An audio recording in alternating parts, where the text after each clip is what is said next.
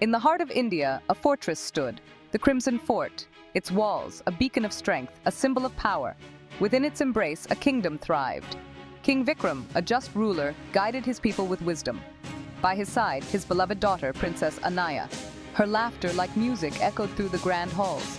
But even in paradise, shadows lurk, secrets whispered on the wind.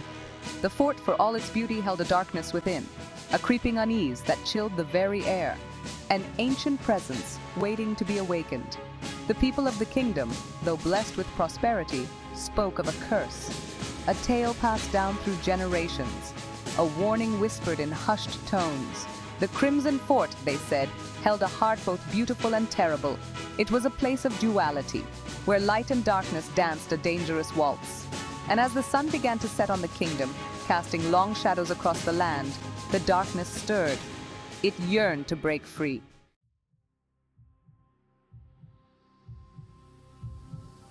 Arjun, the royal scholar, a man of knowledge and secrets. He walked the halls of the Crimson Fort, his mind a labyrinth of ancient lore. His eyes, sharp and calculating, missed nothing. He was trusted by the king, respected by the court. But beneath his erudite facade, a darkness festered. Arjun, for all his wisdom, was a slave to his desires. His heart, consumed by a forbidden longing. Princess Anaya, the object of his obsession. He desired her with a passion that bordered on madness. Her laughter, her beauty, a torment to his soul. And so Arjun turned to that which he had always held at bay, the dark arts, forbidden magic. He delved into ancient texts, seeking spells to bend her will to his, to possess that which he could never truly have. He whispered incantations under his breath, his heart growing colder with each passing day. The darkness he sought to wield in turn began to wield him.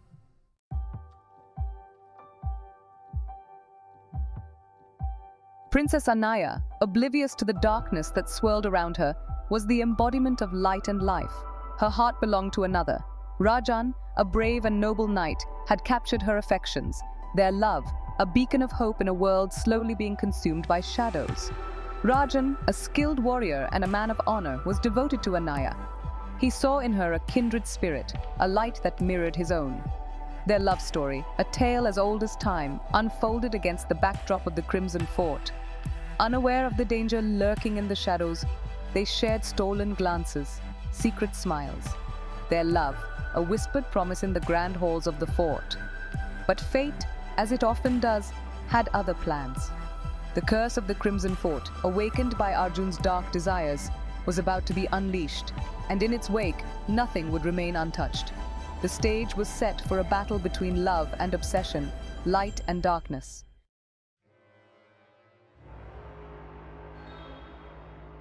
Arjun's heart turned colder. Each whispered incantation chipped away at his humanity. He embraced the shadows, becoming a puppet master in the king's own court. He began subtly influencing those around him, planting seeds of doubt, whispering falsehoods. He targeted the king's most trusted advisors, exploiting their weaknesses. He played on their fears, their ambitions. Slowly, he began to weave a web of deceit, ensnaring the court in his insidious game. The king, oblivious to the serpent in his midst, remained blind to the growing darkness. He trusted Arjun implicitly, unaware that the man he called friend was the architect of his downfall. The kingdom, once a bastion of unity, began to fracture from within. Arjun, reveling in the chaos he was creating, grew bolder. He saw the fear in the eyes of those around him, and it fueled his dark purpose. He was no longer content with merely possessing Anaya. He craved power, the power to control, to dominate, to rule.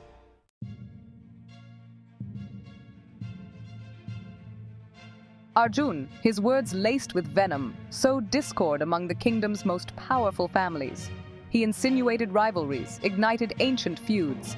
The king's court, once a place of diplomacy and wisdom, descended into a viper's nest of suspicion and intrigue.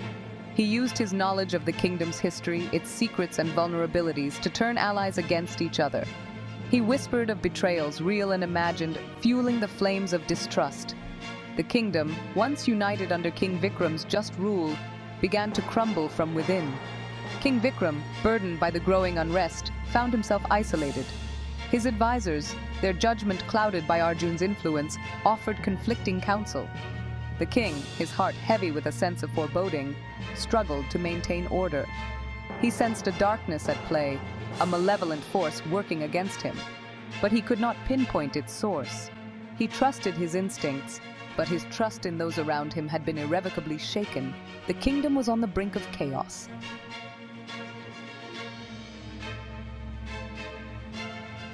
King Vikram, desperate for answers, turned to the one man he believed he could trust, Arjun. He confided in his advisor, unaware that he was pouring his heart out to the very architect of his downfall.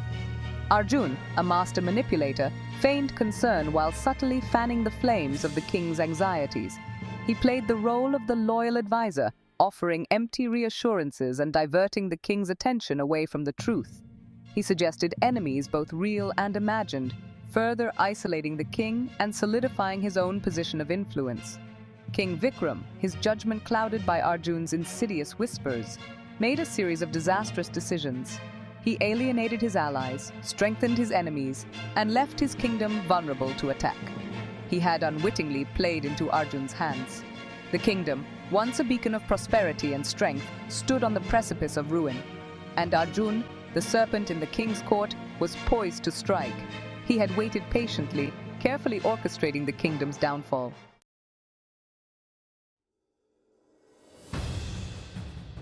The drums of war echoed across the plains, the distant thunder of hooves, a growing tremor that shook the very foundations of the Crimson Fort. King Dhananjay, a fierce and ambitious ruler, had set his sights on Vikram's kingdom. Dhananjay, driven by greed and a thirst for conquest, had long coveted the Crimson Fort's riches and strategic location. He saw Vikram's vulnerability as an opportunity, a chance to seize power and expand his own dominion. News of the approaching army reached the Crimson Fort, casting a pall over the once vibrant court. King Vikram, though his heart heavy with a sense of foreboding, rallied his troops. He would defend his kingdom, his people, against any threat. Princess Anaya, her heart torn between love and duty, bid farewell to Rajan as he rode out to meet the enemy on the battlefield. She prayed for his safety, for her father's victory, but a cold dread gripped her heart. The curse, she feared, was about to be unleashed.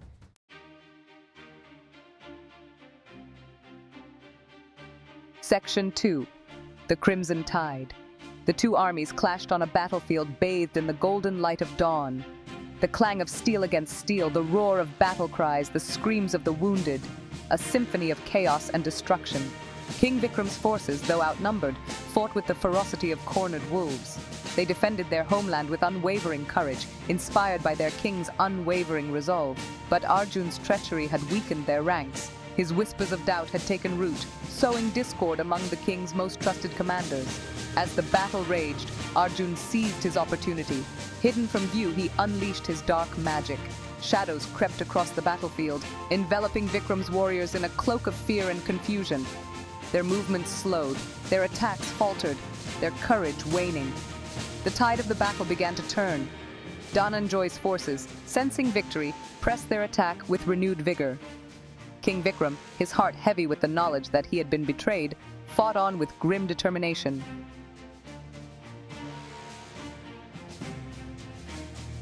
Section 3. A Knight's Valor. Rajan, a whirlwind of steel and fury, carved a path through the enemy ranks.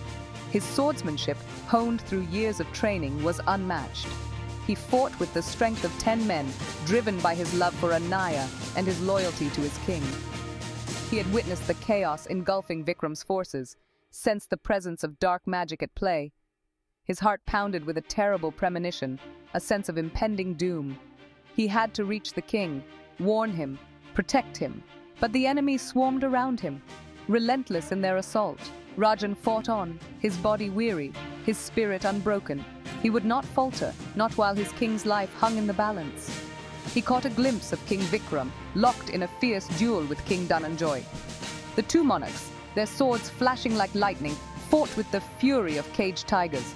Rajan pushed forward, his heart pounding in his chest. He had to reach them, had to intervene before it was too late.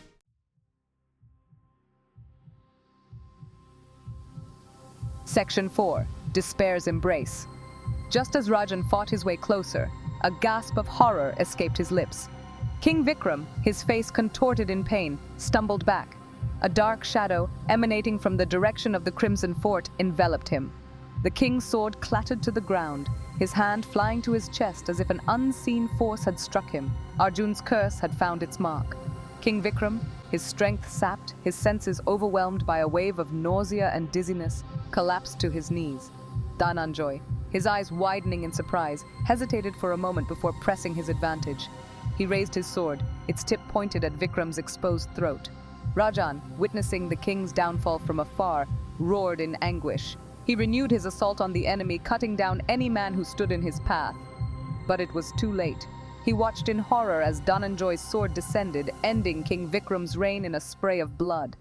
At that moment, within the walls of the Crimson Fort, Princess Anaya felt a searing pain in her heart. A cold wave of despair washed over her, stealing the breath from her lungs.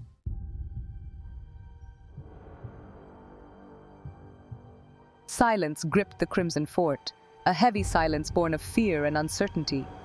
Arjun, his victory steeped in betrayal, now sat upon the throne he had coveted for so long.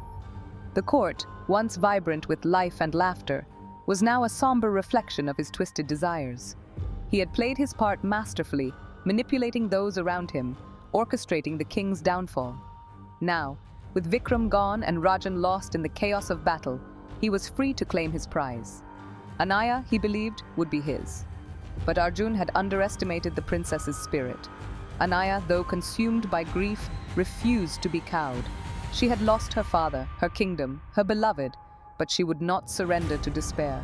She would not allow Arjun to steal her spirit as he had stolen her birthright. Arjun, in his arrogance, misread her silence for defeat. He saw her grief, her vulnerability, but he failed to see the embers of defiance burning within her. He offered her a place by his side, a gilded cage in his twisted kingdom, but she rejected him with a look that spoke volumes.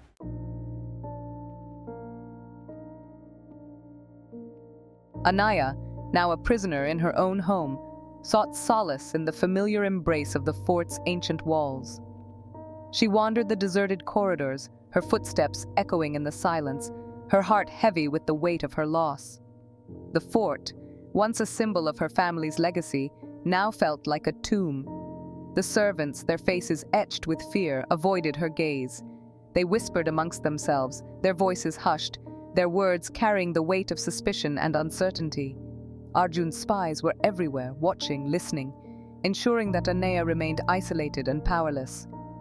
One night, driven by a desperate need to feel closer to her father, Anaya found herself drawn to his private study. The room, untouched since his death, was a testament to his life, his passions, his wisdom. As she ran her fingers across his desk, her heart aching with loss, she discovered a hidden compartment. Inside, beneath layers of silk and time, lay a collection of ancient scrolls and leather-bound journals. Their pages, filled with her father's elegant script, spoke of a side of him she had never known, a side steeped in the lore of magic, both light and dark.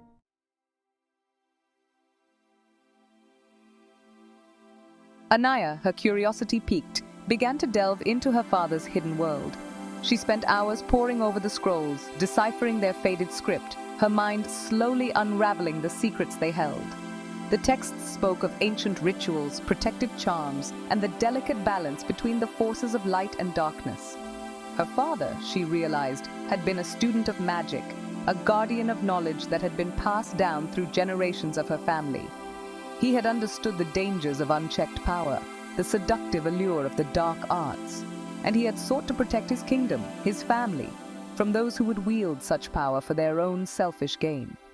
As Anaya delved deeper into her father's writings, she discovered a glimmer of hope amidst the despair. The scrolls hinted at a way to break Arjun's hold on the kingdom, a way to restore balance to the Crimson Fort. But it was a dangerous path, one fraught with peril. To defeat Arjun, Anaya would have to confront the very forces he had embraced. She would have to learn to wield magic herself, to tap into the ancient power that flowed through her veins. But she would not face this challenge alone. Her father's writings spoke of a sage, a reclusive master of the mystical arts, who could guide her on her journey.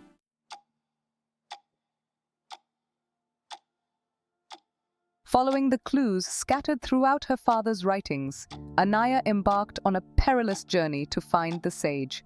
She traveled in secret, disguised as a commoner, her heart filled with a mixture of hope and trepidation. The fate of her kingdom, her people, rested on her shoulders. She found the sage, not in a grand temple or a secluded mountaintop monastery, but in a humble dwelling nestled amidst a grove of ancient trees. The sage, his eyes twinkling with wisdom and a hint of mischief, welcomed her with open arms. He had been expecting her, he said, her destiny intertwined with his own. And so, under the sage's patient guidance, Anaya began her training. She learned to harness her innate abilities, to channel the raw power that coursed through her veins. She studied ancient texts, practiced forgotten rituals, and learned to commune with the spirits of the earth and sky. The sage taught her not only the art of magic, but also the importance of balance, of wielding power with responsibility and compassion. He helped her to understand that true strength lay not in brute force, but in the courage of one's convictions, the unwavering belief in the power of love and unity.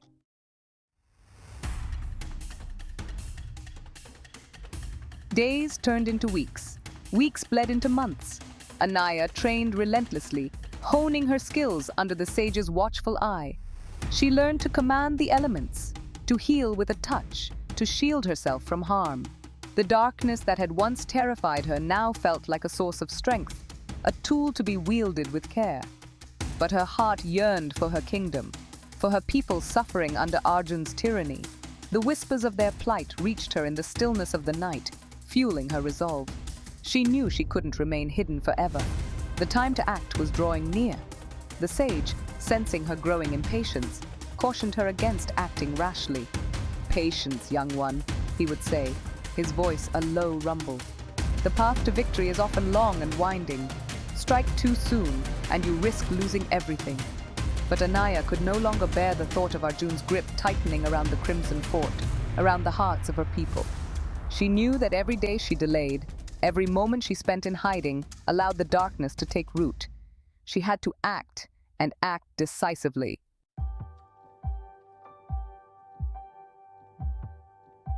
Secretly, Anaya began to rally her father's most trusted allies. She sent messages through underground channels, coded whispers carried by loyal servants and traders. She sought out those who had remained true to the throne, those who yearned for the days of peace and prosperity. One by one, they emerged from the shadows, seasoned warriors, cunning spies, and wise advisors, their loyalty to the Crimson Fort unwavering. They had witnessed Arjun's cruelty, the fear he instilled in the hearts of their loved ones. They too yearned for justice, for a chance to reclaim what had been stolen. In hushed tones, they met under the cover of darkness, their faces illuminated by flickering candlelight. They shared stories of Arjun's tyranny, of the kingdom's slow descent into fear and despair. They spoke of their hopes, their fears, their unwavering belief in Anaya's ability to lead them out of the darkness. Anaya, inspired by their courage, their unwavering faith in her, felt a surge of hope course through her. She was no longer alone in her fight. She had found her voice, her purpose, her strength in the unwavering loyalty of her people. The time for whispers was over. The time for action had come.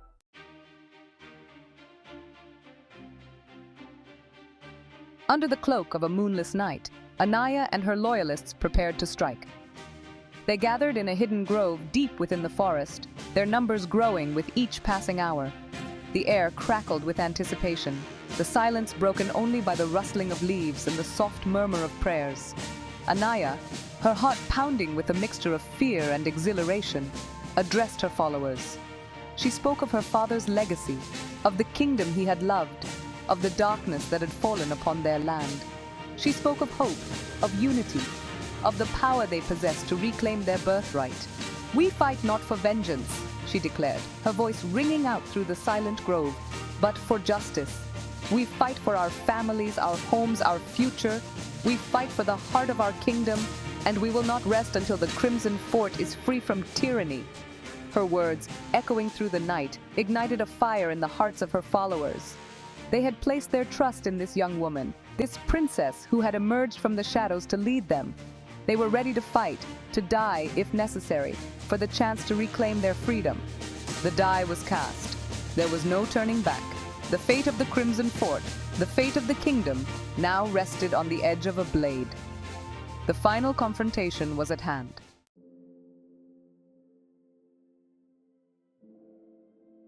The air crackled with energy as Anaya and Arjun clashed. Their magic, a symphony of light and shadow, illuminated the night sky.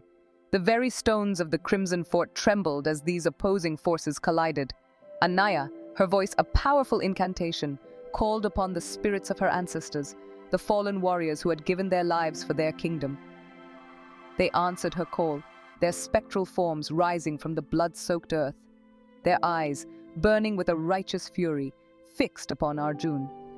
He had betrayed their trust, used their kingdom for his own selfish desires. Now, they would have their revenge. Arjun, his face contorted with a mixture of rage and fear, fought back with desperate fury. He summoned dark entities, twisted creatures born of shadow and despair. But his magic, once so potent, now faltered in the face of Anaya's unwavering resolve. She fought not for power, but for love, for the memory of her father, for the future of her people. Her magic, fueled by the collective grief and hope of the kingdom, formed a radiant shield around her and her allies. The rebels, inspired by her courage, fought with renewed vigor, their blades finding their marks with deadly accuracy. The tide had turned. The darkness that had gripped the Crimson Fort for so long was beginning to recede.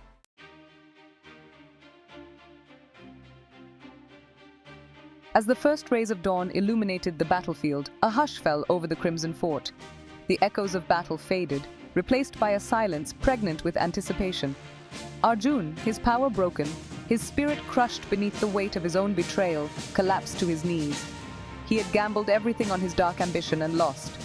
Anaya, her face etched with exhaustion but her eyes shining with an inner light, stood before her people, the rightful heir to the throne. The Crimson Fort, scarred but not broken, stood as a testament to their resilience, their unwavering spirit. The curse had been lifted. The darkness had been vanquished. As the sun rose higher in the sky, bathing the kingdom in its golden light, a new chapter began. Anaya, guided by the wisdom of her father's legacy and the sage's teachings, vowed to rule with compassion and justice. The Crimson Fort, once a symbol of tyranny and despair, would once again be a beacon of hope.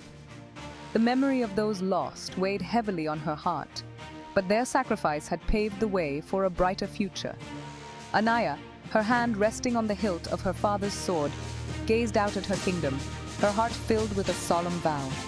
The Crimson Fort, bathed in the warm light of a new dawn, would stand for generations to come as a symbol of their enduring spirit, their triumph over adversity, their unyielding belief in the power of love to conquer even the darkest of shadows.